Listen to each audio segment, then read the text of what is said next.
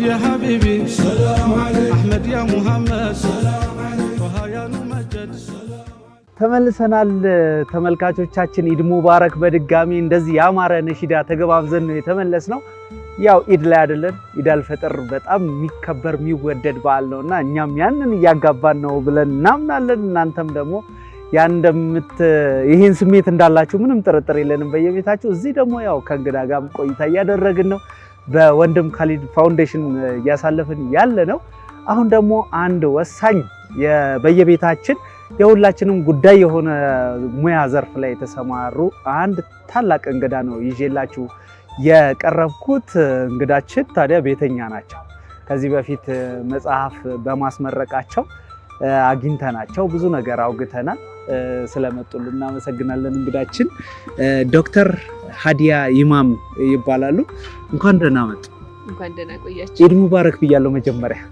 አመሰግናለሁ እንዴት ነው ኢድ ጥሩ ነው ረመዳን በአሪፉ አለፈ ቆንጆ ነው በጣም ጥሩ ነው ደስ ይላል በዛ አመት አለፈው መጽሐፉ ከታተመ የኦቲዝም ሚስጥሮች ከዛኛ ጋር ደግሞ ፋና ቀለማት ላይ እንግዳ ሆነው ከባልደረባችን ማህሌት ጋር ቆይታ አድርገው እንደው ትንሽ እስቲ ከሱን ጀምር ከዛ በኋላ ያለውን ምን አዲስ ነገር አለ እንደው ግብረ መልሶስ ምንድነው የአንባቢያን ከሱን ጀምር ያው የኦቲዝም ሚስጥሮች መጽሐፍ ከተመረቀ ከአንድ ወር ከሁለት ወር አካባቢ ሆኖታል እና የሰው ፊድባክ ያው ደስ የሚል ነው አልহামዱሊላህ በጣም ጥሩ ነው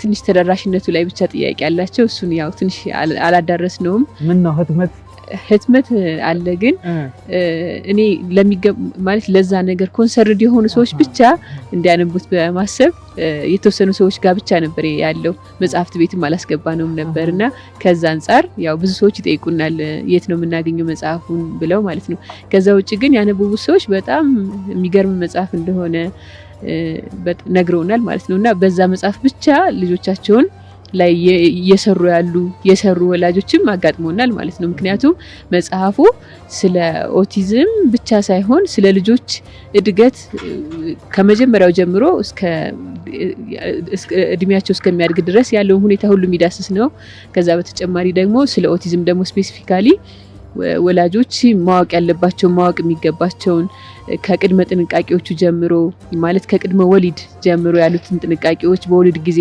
ምን ማድረግ እንዳለባቸው ከወለዱ በኋላ ምን ማድረግ እንዳለባቸው ኦቲዝም ደግሞ ቤታቸው ውስጥ ከተከሰተ ምን አይነት ህክምና አማራጮች እንዳሉት የሚያሳይ መጽሐፍ ነው ማለት ነው ከዚህ በተጨማሪ ደግሞ ቴስቲሞኒም አለው ወላጆች በኦቲዝም ጥላ ስር ያሉ ልጆችን አሳድገው ሰክሰስፉል የሆኑ ወላጆችም የአራት ወላጆችን ታሪክም አካተንበታል ማለት ነው አሁን ኦቲዝም ድሮ ሳናቀው ቀርተን ይሁን ወይም ደግሞ ከቀደሙት አመታት አሁን በቅርብ ጊዜ በጣም እየሰማነው ስለመጣን ይሁን አላቅም እየተስፋፋ ይሁን ምናልባት እናንተ ሙያው ላይ ያላችሁ ሰዎች ናቸው የምታውቁት ምንድነው ለየት ያለ ነገር አለው ኦቲዝም ላይ አሁን ዶክተር አው ማለት አሁን ሬቱ ቁጥሮቹ በጣም እየጨመሩ ነው ያሉት እና ይሄ ለምን ቁጥሩ ጨመረ ብለው ሲያጠኑ ምንድነው ያው ዲያግኖስ የማድረግ አቅማችንም ስለጨመረ ነው የሚባል ሁኔታ አለ ከዛ በተጨማሪ ደግሞ ከባቢያዊ ኢንቫይሮንመንት ማለት ኦቲዝምን ምንድነው ምክንያቱ ብሎ ሲጠና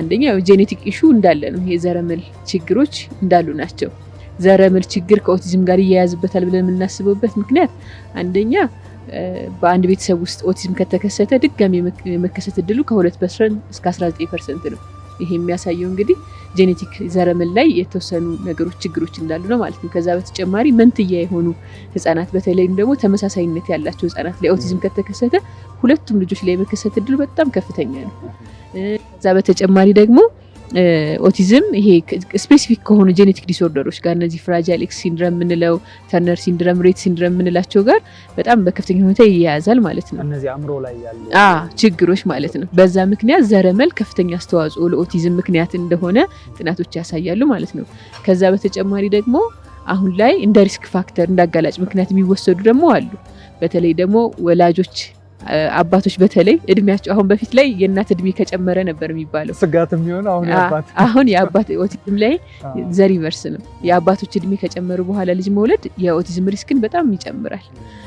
ከዛ በተጨማሪ ደግሞ በእርግዝና ጊዜ ደግሞ ያሉ ኢንፌክሽኖች፣ የስኳር መጠን መጨመር ማለት የስኳር በሽታ በእርግዝና ጊዜ ከተከሰተ እንደገና አንዳንድ መድኃኒቶችን እናቶች በእርግዝና ጊዜ የሚወስዱ ከሆነ በተለይ ሶዲየም ቫልፕሩሬት የሚባል መድኃኒት አለ። እሱን የሚወስዱ ከሆነ ሲበዛ ነው እሱን መውሰድ ያው ይሄ አይመከርም በእርግዝና ጊዜ ማለት ነው። ወደ ሌላ መቀየር ያስፈልጋል እርጉዝ መሆኑን ካወቁ በኋላ ማለት ነው። እና እነዚህ ነገሮች ከዛ በተጨማሪ ደግሞ ይሄ ያለ ጊዜያቸው የሚወለዱ ህጻናት ቁጥራቸው ይጨምራል እና ሰርቫይቭ የማድረግ እድላቸው በጣም ይጨምራል። ሰርቫይቭ ካደረጉ ግን የኦቲዝም ሪስካቸው በዛው ልክ ይጨምራል ማለት ነው። ከዛ እንግዲህ በተጨማሪ አሁን ላይ በጣም እንደ ኦልተርኔቲቭ ሜዲሲን እየተጠኑ ያሉት ጥናቶች የአመጋገብ ስርዓታችን፣ የኤንቫይሮንመንታል ብክለቶች፣ እነዚህ ሄቪ ሜታል ኤክስፖዠር የምንለው በአሁኑ ጊዜ የአመጋገብ ስርዓታችንን ብናየው ለሄቪ ሜታል ኤክስፖዠራችንን ብናየው እየጨመረ ነው ማለት ነው። ስለዚህ ከዚህ አንጻር የኦቲዝም መጠኑ በጣም እየተስፋፋ መጥቷል። አሁን ሪሰንት የወጡ ጥናቶች እንደሚያመለክቱት እንግዲህ በዓለም ላይ ከ100 ህጻናት ውስጥ አንዱ ልጅ ላይ ኦቲዝም እንዳለ ነው። በአሜሪካን ሀገር ውስጥ ከ28 ህጻን ውስጥ አንዱ ልጅ ላይ ኦቲዝም እንዳለ ያመለክታል። ኢትዮጵያ ውስጥ ያለ ጥናት ስናይ እንግዲህ ብዙም ጥናት የለም፣ ግን ከ500 እስከ 600 ሺህ የሚደርሱ በኦቲዝም ጥላ ስር ያሉ ልጆች እንዳሉ ያመለክታል። አክቹአሊ ይሄ ድሮ ጥናት ነው፣ አሁን ላይ የተጠና ጥናት አይደለም። ፕሪቫለንሱ ከዚህ በላይ ሊሆን ይችላል ብለን እናስባለን። እኔ አሁን 3 ልጆች አሉኝ እንደው ላይ በልጆች 1 2 3 እያልሽ በሄድሽ ቁጥር ስለ ልጆች ህመምም ጤናቸው ምናምን ትጨነቂያለሽ እና ምንድነው አንድ ወላጅ ስለ ኦቲዝም ማወቅ ያለበት? እንደው ዝም ብሎ መለየት ወይ እንደ ወላጅ ትኩረት መስጠት ያለብን ነገር አለ በዚህ ላይ የምንላቸው ማለፍ የለብንም የምንላቸው ነገሮች ማለፍ የለብንም የምንላቸው ነገሮች አሉ በጣም ወሳኝ ነው። አሁን ብዙ ጊዜ ወላጆች የሚያስተውሉት መቼ ልጄ ተቀመጠ፣ መቼ መዳህ ጀመረ፣ መቼ ደግሞ ቆሞ ሄደ የሚለው ነገር በጣም ያሳስባቸዋል። ያንን ስፔሲፊክ ዴቱን ራሱ ይጽፋሉ። ኢቭን በዚህ ጊዜ ነው የሄደው፣ በዚህ ጊዜ ቁጭ ያለ፣ በዚህ ጊዜ ነው ክራውል ማድረግ ይሄ መዳህ የጀመረው ብለው ማለት ነው። ይሄ እንግዲህ ግሮስ ሞተር ዲቨሎፕመንት የምንለው ነው። ይሄ ብቻ አይደለም ወላጆች ማየት ያለባቸው ባህሪያቸው ነው። የልጆችን ባህሪ ገና ሲወለዱ ጀምረው ያላቸውን ባህሪ ማስተዋል ያስፈልጋል ማለት ነው። አሁን አይ ኮንታክት የምንለው በጣም ወሳኝ የሆነ ለኦቲዝም ዳያግኖስ ለማድረግ የሚጠቅመን ምልክት ነው ማለት ነው። እሱን እንግዲህ ከ3 ወር እስከ 4 ወር ባለው ጊዜ ውስጥ ልጆች ዲቨሎፕ ያደርጉታል። ስለዚህ ወላጆች በዛ ጊዜ ልጄ ያየኛል ወይ የሚለውን በደንብ ማየት ያስፈልጋል። እንደገና አሁን ሶሻል ስማይል የምንለው አለ። ሶሻል ስማይል ማለት ልጆች ገና ኢንፋንት ሆኖ 3 ወር እንደዚህ መገላበጥ እንኳን ሳይጀምሩ መሳቅ ይጀምራሉ። አንተ ሲያዩ እንደዚህ መሳቅ ነገር ሊጀምሩ ይችላሉ ማለት ነው። ከ6 ወር እስከ 9 ወር ባለው ጊዜ ውስጥ ለስማቸው ምላሽ ይሰጣሉ። ለስማቸው ምላሽ መስጠት ማለት አቤት ሊሉህ አይደለም፣ ግን ስጠራቸው እንደዞር የማለት ነገር ይኖራቸዋል ማለት ነው። ከዛ በተጨማሪ አሁን ከ9 ወር እስከ 12 ወር ባለው ጊዜ ውስጥ ደግሞ ቻው ቻው ስትለው ዌቭ ስታረገው ይሄ ቻው ቻው ይላል፣ ግን ቻው ብሎ ቃሉን ግን አያወጣም። እነዚህ ፕሪቨርባል ኮሚኒኬሽን ስኪል የምንላቸው ልጆች ከመናገራቸው በፊት ማወቅ የሚገባቸውን ነገሮች ወላጆች ማስተዋል አለባቸው ማለት ነው። ንግግራቸው ካልሆነ ወዲያውኑ እንትን ማድረግ ያስፈልጋል፣ ወደ ሐኪም መውሰድ ያስፈልጋል። ምክንያቱም early intervention is the best ነው የሚባለው። በጊዜ መታወቅ እና ወደ ትሪትመንት መግባት በጣም ወሳኝ ነገር ነው ኦቲዝም ላይ በጣም ማለት ነው። ጀስቸራል ኮሚኒኬሽን የምንለው ለምሳሌ እናንተ ተያይተን ንግባባ፣ አሁን እንደዚህ ስትለኝ ኦኬ እየገባው ነው አንደርስታንድ አደርጋለሁ። እሱን ነገር ያደርጋሉ ወይ ልጆቹ? ፖይንት ያደርጋሉ ወይ? መጠቆም ማለት ነው። የሆነ ነገር ቢፈልጉ ቃላቶች የላቸውም በልጅነታቸው፣ ግን ይጠቁማሉ ወይ በጣታቸው የሚለውን እያንዳንዱን ነገር ወይም ደግሞ ወደ ተጠቆሙበት ቦታ ይዞራሉ ወይ? እኔ ከስራ ስመጣ ኤግዛይትድ ይሆናሉ ወይ? ያቀኛሉ ወይ? ሲያየኝ ሪያክሽን አለው ወይ የሚለውን ማየት ያስፈልጋል ማለት ነው። early እንትን ላይ ኢንፋንሲ ላይ ምናምን ማለት ነው። ኢንፋንሲ ማለት ሌዛን 1 year በተለይም እስከ 2 ዓመት ያሉት እድሜዎች ላይ እነዚህን ባህሪዎች በደንብ ማስተዋል ይኖርባቸዋል ማለት ነው። ከጤናው ጉዳይ ጋር ያይዤ ነገር ግን ወደ በዓሉ ልመለስና እንደው እናንተ ጤና ላይ የምትሰሩ ሰዎች በዓልን ቤትንም ለማቻቻል እንሞክራለን። እንደው ወልዳችሁ ውስጥ ተነስቶ መሄድ ነገር የለም ወይ? የራስን ጉዳይ ችላ ማለት የለም ወይ? የበዓል ጊዜ ሲሆን ደግሞ ጭራሽ ስራ ላይ ማሳለፍ ነገር አለና እንዲህ አይነት ነገር ሲኖሩ ሲያጋጥሙ የምትወስኗቸው ውሳኔ ፈተና ውስጥ አገቡበትም ወይ ደግሞ ተለምዳዊ ሲሆን ምንም ችግር የለው?